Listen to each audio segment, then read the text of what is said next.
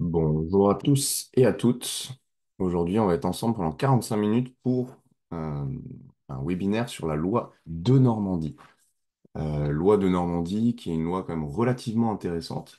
Et on va en parler un petit peu plus en détail. Je vais notamment vous expliquer comment est-ce que ça fonctionne. On va faire des exemples chiffrés et je vais vous montrer en l'espèce comment est-ce que ça se matérialise sur un chantier. Comment justement, quelles sont les différentes étapes liées à l'investissement locatif, notamment via cette loi de Normandie. Alors pour ceux qui ne me connaissent pas, donc je m'appelle Kevin Robert, j'ai fondé le cabinet en gestion de patrimoine K Invest et Patrimoine, et avec mon associé Tobias Portman, donc qui n'est pas là aujourd'hui, mais qui vous salue, on a lancé Estate Vision, donc c'est une offre complète, clé en main, donc c'est-à-dire qu'on s'occupe des différentes étapes liées à un investissement immobilier. Donc les étapes sont au nombre de quatre, c'est-à-dire qu'on va analyser le besoin, on va trouver le bien immobilier, on va analyser le bien immobilier, on va vous accompagner à la signature de l'acte, on va faire intervenir les artisans, on va gérer les travaux, on va faire le suivi des travaux et ensuite on va s'occuper de la livraison avec vous et éventuellement de la gestion. Donc pour vous, ça vous libère énormément de temps.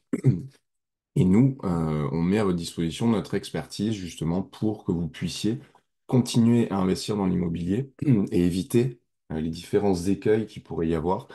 Parce qu'effectivement, l'immobilier, c'est relativement intéressant, surtout qu'on peut le faire à crédit. Par contre, il y a certaines choses, certaines erreurs à ne pas faire. Et nous sommes là justement pour vous éviter de faire ces erreurs.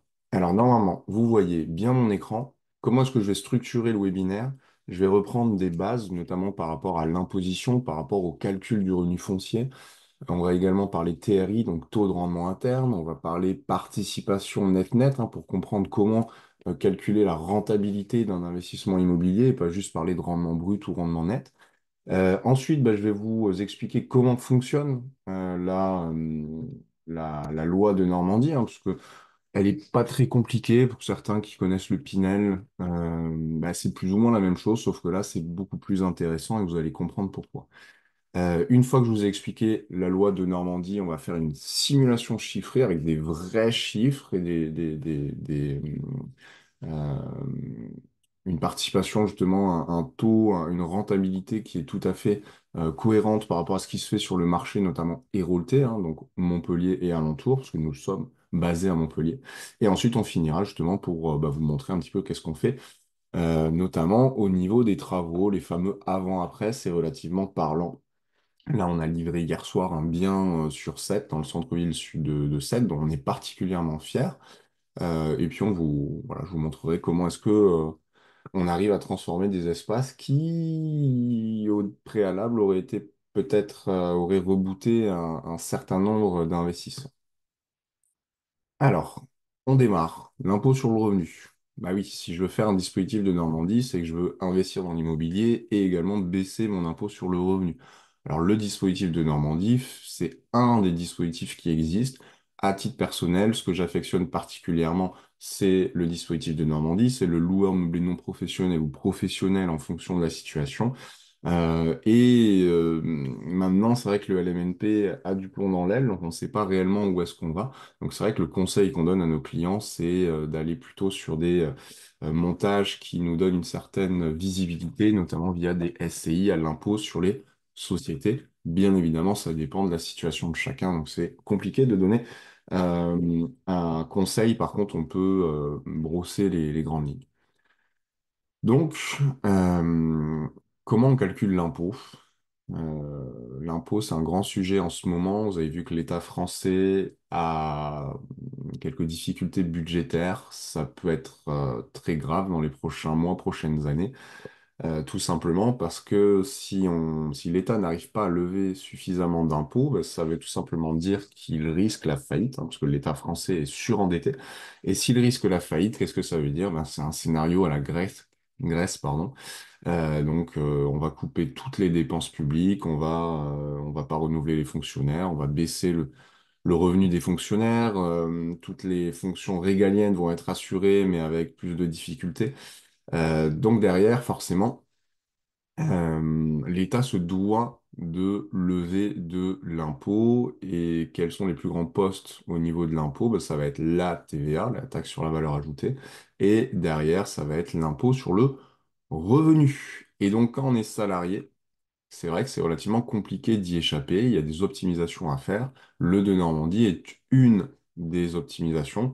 Attention, hein, souvent on est aveuglé par la carotte fiscale. La carotte fiscale, c'est la cerise sur le gâteau et ça doit vraiment venir en bout de chaîne. Un investissement intéressant ne l'est pas grâce à la carotte fiscale, ça l'est parce que le bien en lui-même est intéressant, est bien placé et dans une zone à fort potentiel de revalorisation.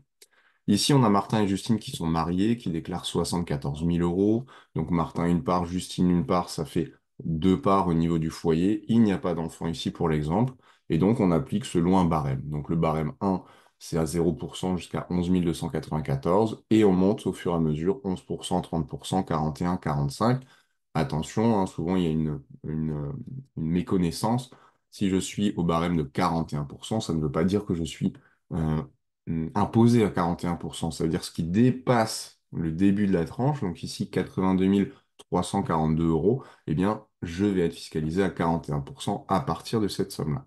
Ici, bah, comment ça se passe? On prend le revenu global, on applique un abattement de 10%, ce qu'on appelle un abattement forfaitaire.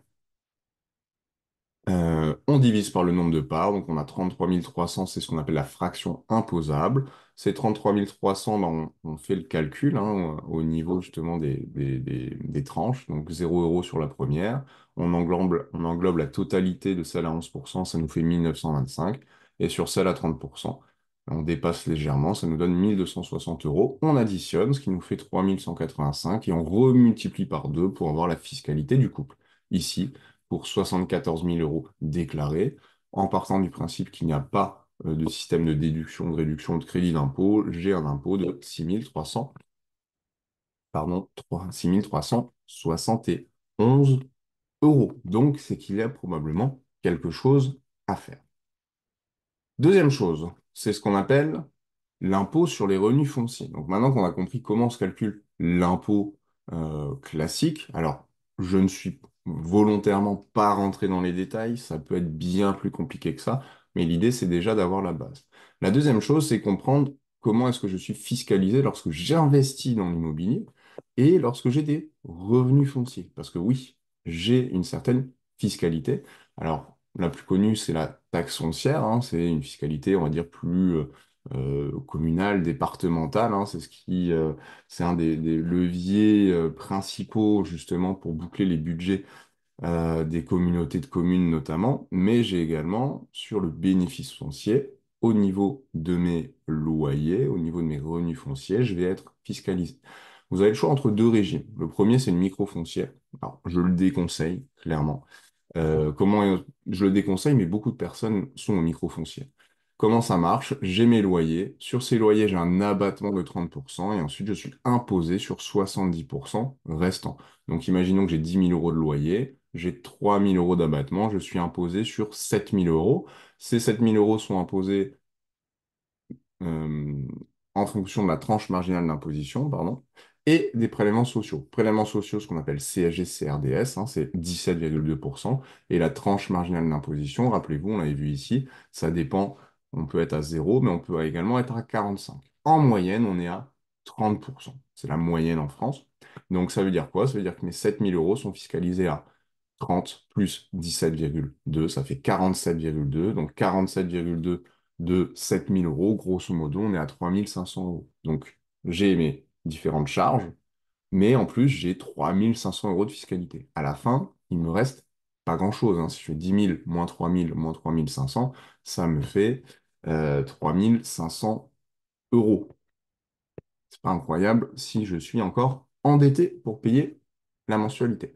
Ce qui est mieux, ce qu'on conseille, bien évidemment, c'est de passer au régime réel. La petite différence, c'est que les frais de gestion sont réellement en fonction de ce qu'on paye, hein. Donc les frais de gestion, on va avoir la taxe foncière, les charges de copropriété, les différentes assurances, on va retrouver éventuellement la gestion locative et les petits travaux, si jamais il y a des travaux au fur et à mesure ou des charges diverses liées aux biens immobiliers. Et ensuite, ce qui est intéressant, c'est qu'on peut rajouter, donc ici j'ai repris hein, le petit bilan, on peut rajouter les intérêts à l'assurance décès invalidité. Hein, donc, quand vous payez une mensualité à la banque, bah, sur cette mensualité, il y a une partie de capital qui vous revient, mais il y a également une partie d'intérêt et d'assurance de prêt qui rémunère la banque et qui vous sécurise.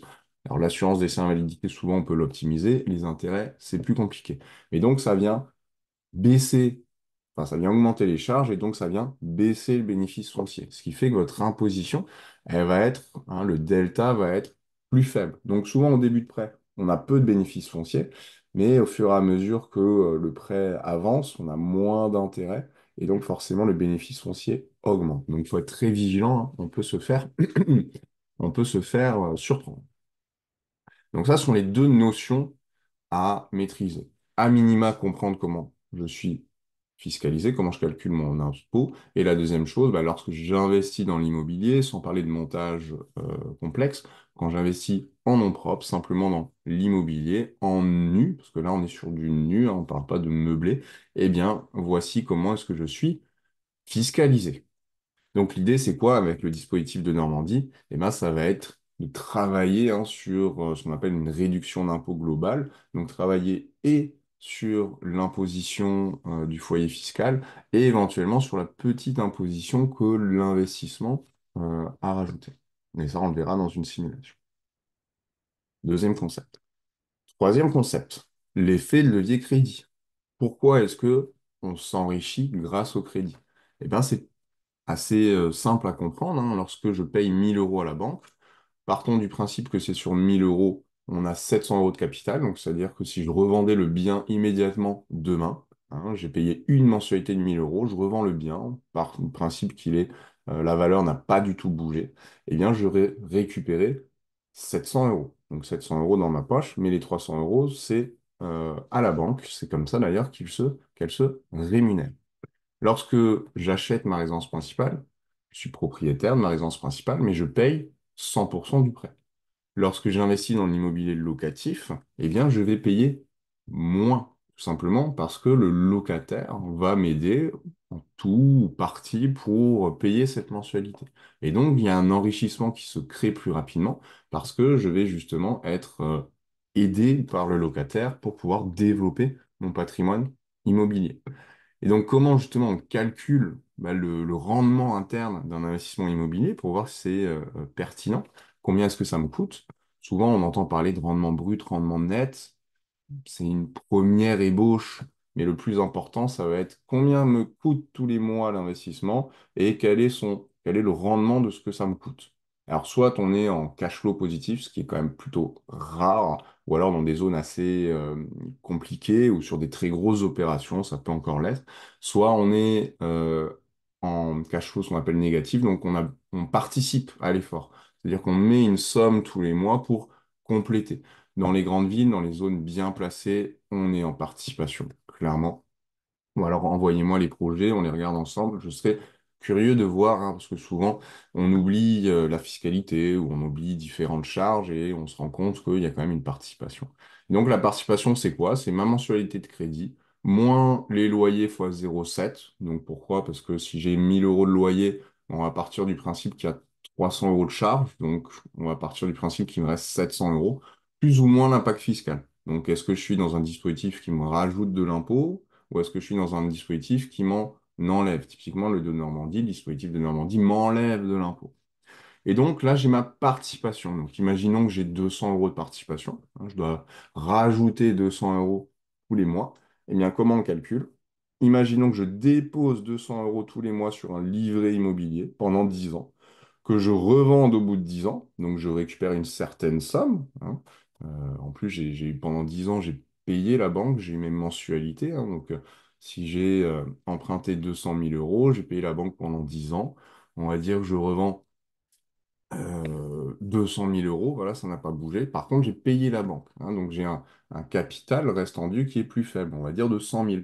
Donc j'ai pris un prêt à 200 000 euros, je récupère 100 000 euros dans ma poche, hein, parce que j'ai déjà payé 100 000 euros, j'ai donc un certain résultat. Et donc l'idée, c'est de calculer, ok, bah, j'ai investi 200 euros tous les mois pendant 10 ans. J'ai récupéré 100 000 euros. Donc j'ai mis 200 000 pendant 12 mois la première année, ça me fait calcul 2 400 € fois 10, 24 000. Donc j'ai mis 24 000 € de ma poche et je récupère 100 000 €. Mais quel est le rendement? Quel est le rendement interne de ces 24 000 € par rapport aux 100 000 € que j'ai générés? Et donc là, on a un pourcentage, un taux de rendement interne, et dans les simulations, on calcule le taux de rendement interne. Bon, un café. Donc, quatre notions à retenir. On n'ira pas plus loin aujourd'hui. La première, c'est calculer son impôt sur le revenu. La deuxième, c'est comprendre le bénéfice foncier et comment je suis fiscalisé sur du nu classique. Troisième chose, la participation net-net. Et la quatrième, c'est ce qu'on appelle le taux de rendement interne.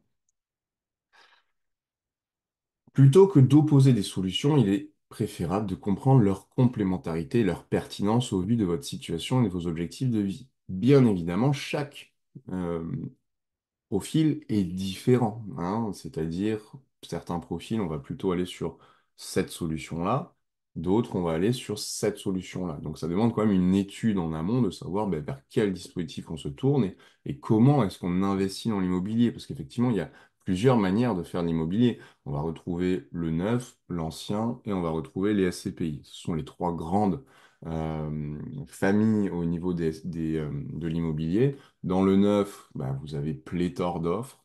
Dans l'ancien, bah, on peut également faire énormément de choses. Ça veut dire quoi l'ancien? Est-ce que c'est juste acheter un appartement, le louer? Est-ce que c'est acheter un appartement, faire des travaux, le louer? Est-ce que c'est acheter une maison, la diviser, revendre une partie et louer le reste? Est-ce que c'est acheter un terrain, le parcelliser, construire une partie, en garder un autre pour, de manière patrimoniale? Ça, on peut faire énormément de choses dans l'immobilier, hein. Et n'oubliez pas que l'immobilier, ce n'est pas faire les petites annonces sur le bon coin. Si on veut des offres intéressantes, il faut avoir un réseau ou être accompagné pour avoir justement des biens qui sortent du lot. Aujourd'hui, on va parler de la loi de Normandie et l'idée, c'est que vous compreniez comment ça fonctionne. Alors, la loi de Normandie fonctionne sur le principe de réciprocité.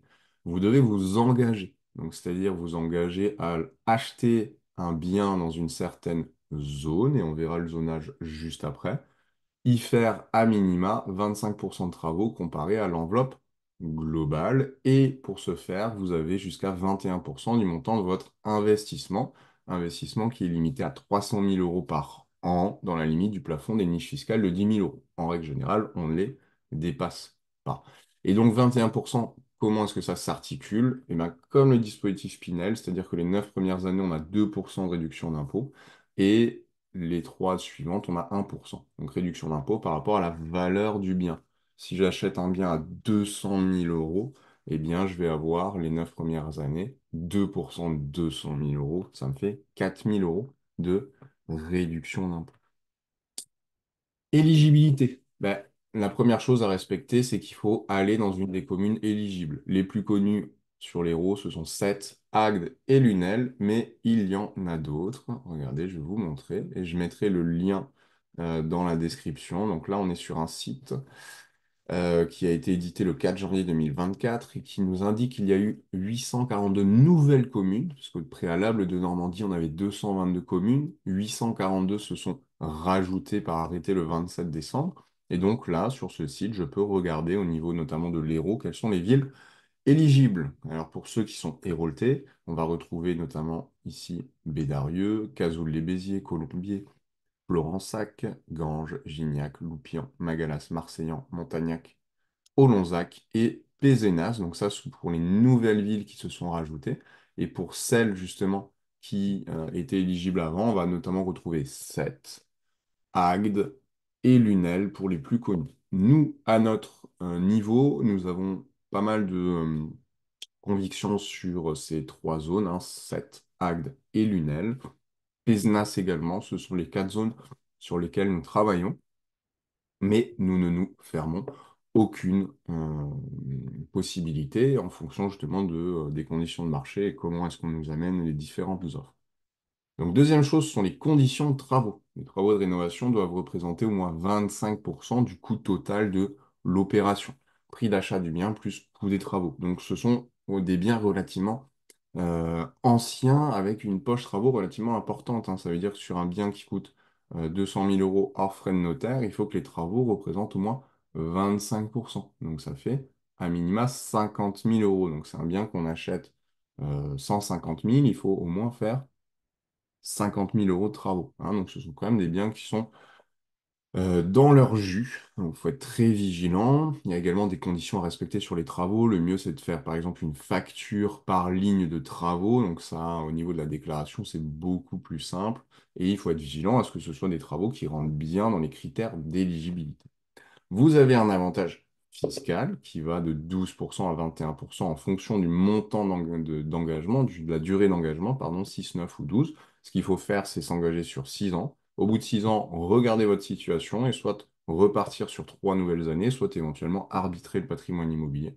Donc ça permet d'être plutôt libre. En général, on arrive à se projeter sur 6 ans, c'est assez facile. 9 ou 12, ça l'est moins. Donc, on ne s'engage pas sur 9 ou 12 ans, on s'engage sur 6 et ensuite, éventuellement, on proroge une fois ou deux. Et ensuite, bah, il y a quand même des conditions de location, c'est-à-dire que le bien ne peut pas être meublé, il doit être loué nu à titre de résidence principale du locataire et surtout, le locataire ne peut pas gagner plus d'une certaine somme. Alors attention, à les ressources, on est quand même de mémoire, par exemple, pour un couple, on est quasiment à 50 000 euros de mémoire. Donc, on est relativement large. On pourra, je mettrai éventuellement dans les commentaires le lien pour les plafonds de ressources. Donc, on est quand même relativement large, hein. On est quand même sur des conditions de ressources qui sont intéressantes. Et les loyers sont capés. Donc, capés, est-ce que je l'ai mis ici? Voilà. Donc, les zones de Normandie sont en zone B1. En 2024, ça nous donne 11,31 € du mètre carré maximum. Là, dans ma simulation, notamment sur Agde, 11,31 €, on est en dessous de ce qui se fait, mais on n'est pas très loin, hein. On n'est pas tant loin que ça.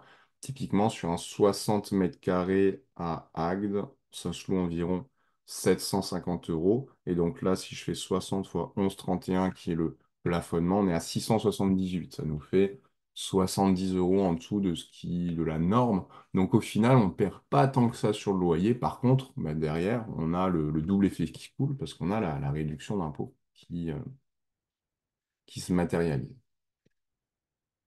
Donc les quatre choses, ville éligible, conditions de travaux moins 25%, on a un avantage fiscal et les conditions de location, louer nu et respecter un plafonnement des loyers et un plafonnement des ressources du locataire. On va passer à la simulation. Hop. Voilà, donc j'ai pris ma situation.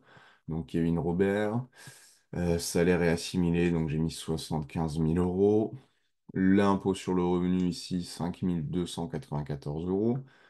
On est parti sur un bien à 180 000 euros, donc ça correspond à un 3 pièces avec travaux sur la ville de Agde. Donc 180 000 euros, tout compris, travaux inclus. Les frais de notaire, alors là, effectivement, en, en faisant la simulation, je me suis rendu compte que j'ai fait une petite bêtise parce que on paye les frais de notaire uniquement sur le prix du bien. Donc là, imaginons que 180 000 fois 0,25, qu'on a fait 45 000 euros de travaux pour que le bien soit éligible. Donc ça fait que le bien, on l'a acheté 135 000 euros. Et 135 000 euros, ça nous fait non pas 14 400, mais ça nous fait 10 800. Donc je vais un petit peu jouer avec le simulateur. Voilà, parfait. Parfait. 10 800 euros et des frais de garantie bancaire, environ 2 000 euros. L'idée, c'est d'avoir vraiment une vision globale. Les chiffres, on peut légèrement les faire bouger, mais on est quand même assez proche de la réalité, notamment sur le marché agatois. Un bien T3 refait, 180 000 euros, auquel on rajoute les frais de notaire. C'est tout à fait ce qui se pratique. Le loyer, donc, on avait dit 678 euros. Des frais de gestion locatifs, si effectivement vous passez par une agence avec la garantie loyer impayé, très important. Les frais de copropriété, donc qui prennent les différentes charges, mais également les provisions pour charges, hein, 10%. L'assurance, donc l'assurance propriétaire non occupant. La taxe foncière, mon outil le calcul tout seul. Ça dépend des villes, mais on est plus ou moins proche de la réalité. Les loyers, j'ai mis 2% de revalorisation. C'est ce qui se fait, hein. On est même à l'heure actuelle plutôt à 3%. Les loyers se revalorisent plutôt bien, notamment Il y a une phase inflationniste à voir ce que ça va donner, mais 2% c'est une bonne moyenne. Et revalorisation du bien, 1,5%. Alors, comment est-ce que je regarde un peu la dynamique d'un marché immobilier? Eh bien, tout simplement, je vais sur Google, je tape évolution immobilier AGD.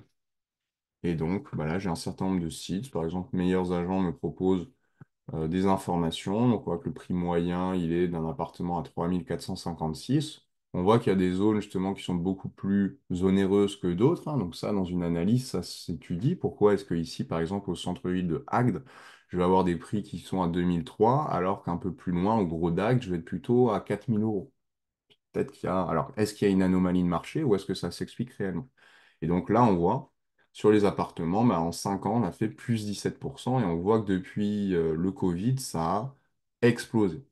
Pour les maisons, c'est même plus, hein, sur les maisons, on est à plus 32 sur 5 ans.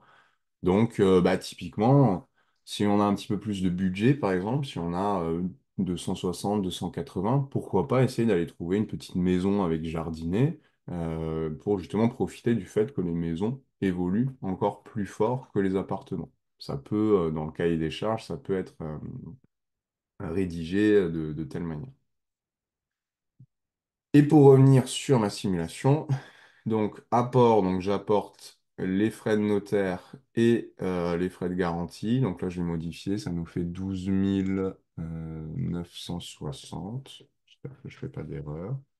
12 960. On finance 180 000 € sur 25 ans. On va dire qu'on a un banquier qui est plutôt compréhensif et qui nous accompagne sur 25 ans. Après, je vous montrerai sur 20 ans ce que ça fait. On est un taux TAEG, donc tout compris à 3,9. Voilà, c'est plus ou moins la moyenne actuelle.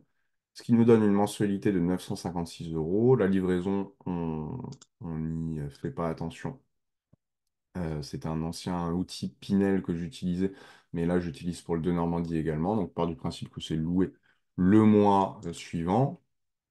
Hop, on peut même mettre par exemple qu'il y a 3 mois de travaux. Donc là, on est en octobre. On peut le livrer par exemple au 15 janvier, au 15 février 2024, hein. Hop. Et ensuite, non, c'est 15 février 2024. Hop, voilà, je ne veux pas. De 1 2024. Ok, bon. On va partir du principe qu'il y a 8 mois de livraison. Allez, on s'est emballé sur les travaux. Et donc, pour un horizon de revente à 9 ans, parce que le dispositif est intéressant jusqu'à la 9e année. Donc, au bout de 9 ans, bah, soit on repart sur autre chose, hein, on arbitre le patrimoine immobilier, soit éventuellement on transforme le bien, peut-être en meublé si c'est encore intéressant, ou une stratégie différente, hein, un OBO, Owner by Out. Est-ce que je rachète à moi-même via une SCI, par exemple? Ça se discute, ça se réfléchit au bout de 9 ans. Mais en tout cas, au bout de 9 ans, la participation dans l'opération est de 129 euros, avec un rendement de 38,5%. Qu'est-ce que ça veut dire? Ça veut dire que si j'avais déposé mes 129 euros par rapport au capital que je récupère, donc le capital, il est de 70 000 euros. Si je revends le bien au bout de 9 ans, en fonction d'une évolution du marché immobilier à 1,5%, ce qui est relativement correct, hein. Le marché fait plus 17 en 5 ans, donc là on est sur plus 17 en, même pas plus 15 en 9 ans, hein. Donc on est tout à fait dans les chiffres. Je récupère cette somme-là une fois que j'ai remboursé la banque par rapport au capital que je lui dois. Eh bien, c'est 129 euros. Si je les avais investis sur un livret immobilier, pour avoir cette somme, il aurait fallu 38,5% de rendement. Voilà pourquoi l'immobilier reste très intéressant, et notamment l'immobilier avec certains dispositifs lorsque c'est bien fait. Et là, par rapport à une base 100, moi j'ai mis 25 de ma poche, donc la participation. Le gain fiscal a été de 24 et les loyers ont couvert à hauteur de 51%. Hein, donc c'est un effet 1 pour 4. J'ai mis 1 et je récupère 4. Très intéressant. Si mon banquier est un petit peu moins compréhensif et qu'on est plutôt sur 20 ans, les taux baissent légèrement. J'ai une participation qui est quand même plus importante, forcément, hein, vu que j'ai des mensualités un peu plus importantes. Et ma participation, vous voyez qu'elle est également plus importante. J'ai une participation à 274 euros. C'est pour ça qu'on dit souvent, ça dépend encore une fois, mais souvent, il vaut mieux essayer de s'endetter sur durée plus longue pour baisser la participation et donc maximiser le taux de rendement interne, ici qui reste relativement intéressant malgré tout à 27%. Montrez-moi des investissements immobiliers anciens à l'heure actuelle où vous avez ce type de taux de rendement interne. Il n'y en a pas énormément. En tout cas, il faut avoir les bons contacts, le bon réseau. Donc voici à quoi s'attendre avec un investissement sur AGD au prix marché, avec des conditions actuelles et réelles, via notamment le dispositif de Normandie. Et enfin, je vais finir sur Estate Vision, c'est notre société d'investissement immobilier clé en main qu'on a démarré il y a un an. Donc, on a livré un certain nombre de projets. Là, typiquement, hier, on a livré ce projet. Donc, c'est un dernier étage au centre-ville de Sète qu'on a complètement transformé pour un client qui souhaitait faire du LCD, de la location courte durée. 70 mètres carrés. Je vous montrerai les photos juste après. Et donc, on s'occupe de tout. On vous aide à dénicher la perle rare, on se charge de la rénovation, de l'ameublement si besoin, de la location, de la gestion de votre investissement. Et vous avez la rentabilité associée. Alors, toujours pareil, en fonction de la zone sur laquelle on va, mais surtout en termes de charge mentale et de temps investi, vous avez le temps de vous occuper réellement de là où vous apportez de la valeur et vous nous laissez faire sur cette partie-là. Donc les quatre étapes, je reprends, c'est on définit le projet ensemble, votre budget, la capacité d'emprunt, le mode de détention, le mode d'exploitation, l'emplacement, quel type de bien, petite maison, appartement, pas de copro, copro. On monte le projet, on fait signer un mandat de recherche, donc on va aller sourcer le bien qui répond aux critères via notre réseau qualifié, donc off-market, et également on fait de la chasse sur le réseau on-market. On analyse chaque bien, donc on a un filtre de sélection. Le filtre est assez, est-ce que je l'ai mis là? Est assez classique, hein, voilà, on va analyser la ville, on va analyser le PLU, le plan local d'urbanisme, on va faire une petite étude de marché, le quartier, la rue, la résidence, le lot en lui-même, le prix, la demande locative, les projets au niveau de la rue, les choses à venir, hein, quels sont les, euh, les projets macro et quels sont les projets micro. C'est-à-dire quels sont les projets au niveau de la ville, quels sont les projets plutôt au niveau du quartier, au niveau de la résidence. Est-ce que c'est une petite copro, c'est une grosse copro? Est-ce qu'il y a comment ça se déroule au niveau du syndic? Est-ce qu'il y a plus de locataires, plus de propriétaires? Donc tout ça, on analyse. Et une fois qu'on a analysé, qu'on a trouvé quelque chose de pertinent, très souvent il faut y aller, hein, mais on vous le présente quand même, hein, on vous dit, bah voilà, là on a quelque chose de pertinent qui répond à beaucoup de vos critères. Souvent on n'est pas seul sur le coup, donc si on n'est pas seul, on demande une certaine réactivité. Et une fois qu'on a trouvé le bien qui vous correspond, signature de l'acte de vente, entre-temps on aura fait intervenir les artisans, donc on aura les devis fermes et définitifs. Même si on a une première édit au début, on affine avec les artisans. Malgré tout, si on vous dit au débarrage 60 000 euros de travaux, ce ne sera jamais 61 000. Ce sera plus 59 que 61 000. Donc, on prend une petite marge d'erreur lorsque justement on vous monte la brochure et on fait la synthèse financière.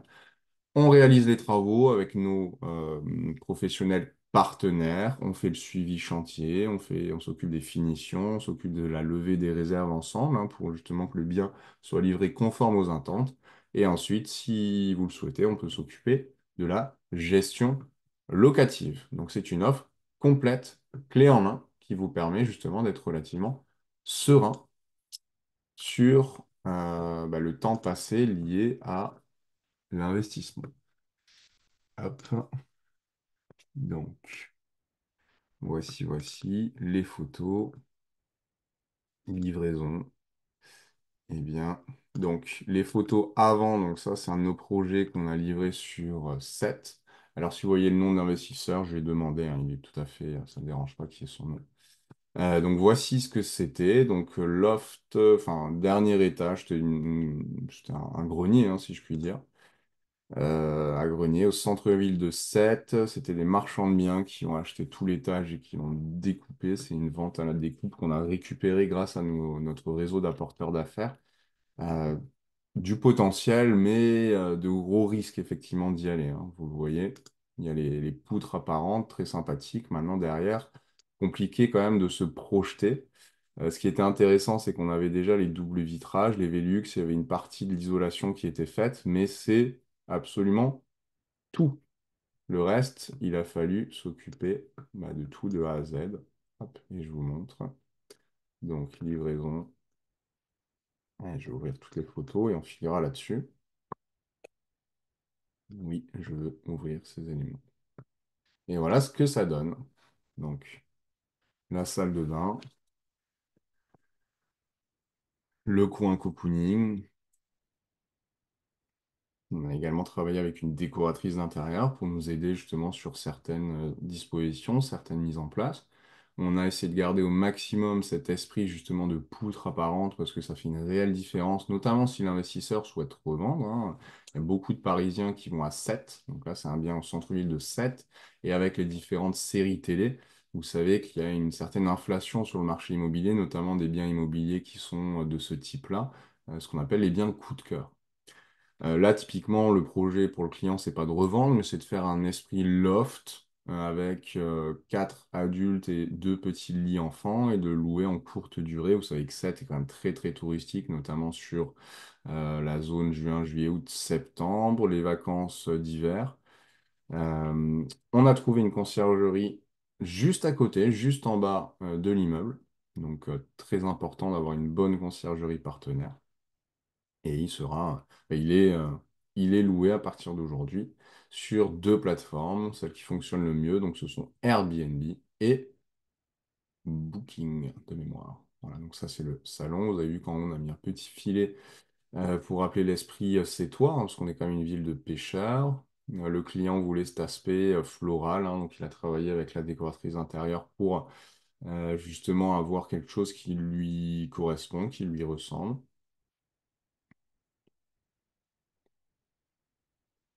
La cuisine.